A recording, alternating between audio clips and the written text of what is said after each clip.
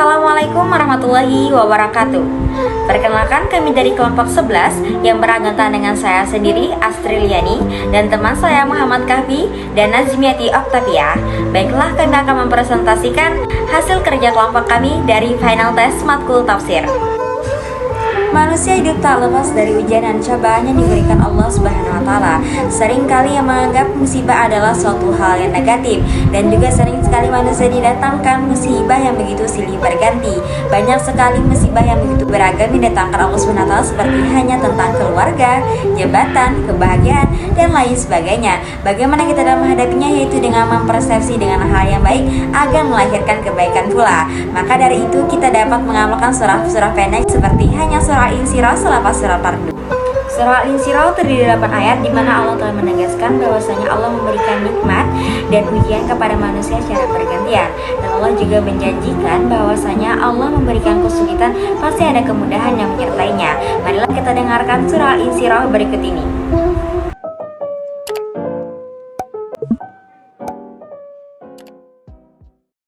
Bismillahirrahmanirrahim.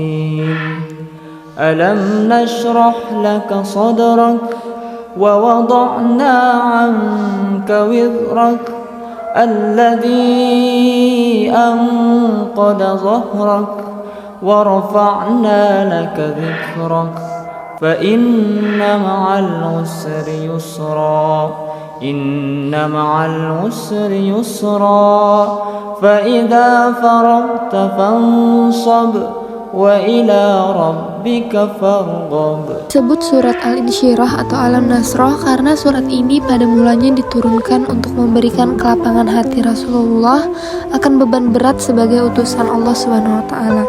Surah ini menjadi pelipur lara tatkala Nabi Shallallahu Alaihi Wasallam mengalami halangan, rintangan saat berdakwah ke seluruh penjuru Arab. Surah Al-Insyirah ini diamatkan kepada Rasulullah, tak kecuali juga untuk umatnya. Surat Al-Insyirah terdiri dari 2 bagian. Pertama, mengingatkan akan anugerah Allah dan pertolongannya kepada Rasulullah. Bagian kedua adalah pengajaran tentang suatu sebab. Pada ayat keempat, surah Al-Insyirah berisi firman Innama al-usri yusra. Diulang 2 kali dalam surat ini. Ini termasuk ayat yang menguraikan tentang anugerah Allah Subhanahu wa Ta'ala.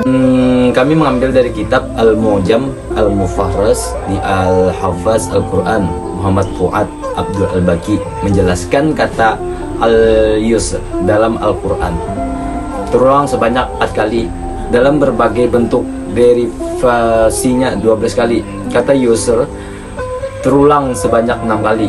3 diantaranya berdingan secara langsung dengan Yus, sedangkan kata Yurs dengan berbagai derivasinya disebut sebanyak 44 kali dalam hadis Al-Ramka, menjelaskan bahwa sempit karena susah akan dilapangkan dadanya oleh Allah.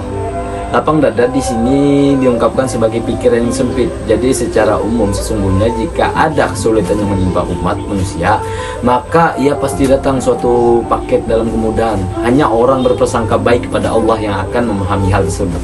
Allah telah melapangkan dada Rasulullah SAW dengan cahaya Islam sehingga dadanya menjadi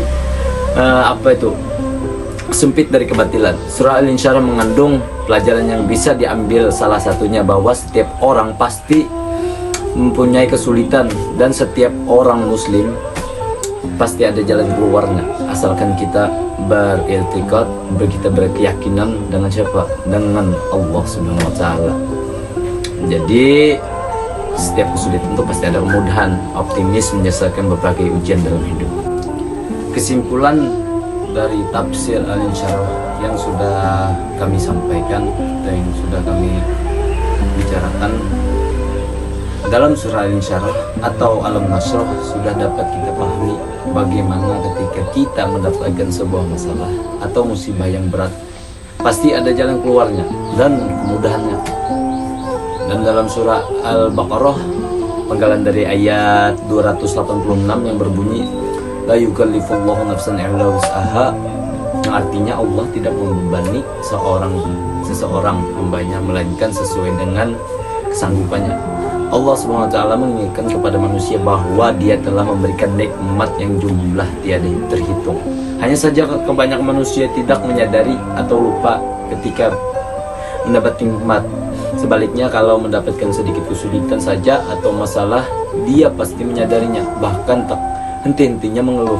Tahukah kamu bahwa ketika sedang mengeluh kita lupa bahwa seakan-akan kita tak pernah mendapatkan nikmat.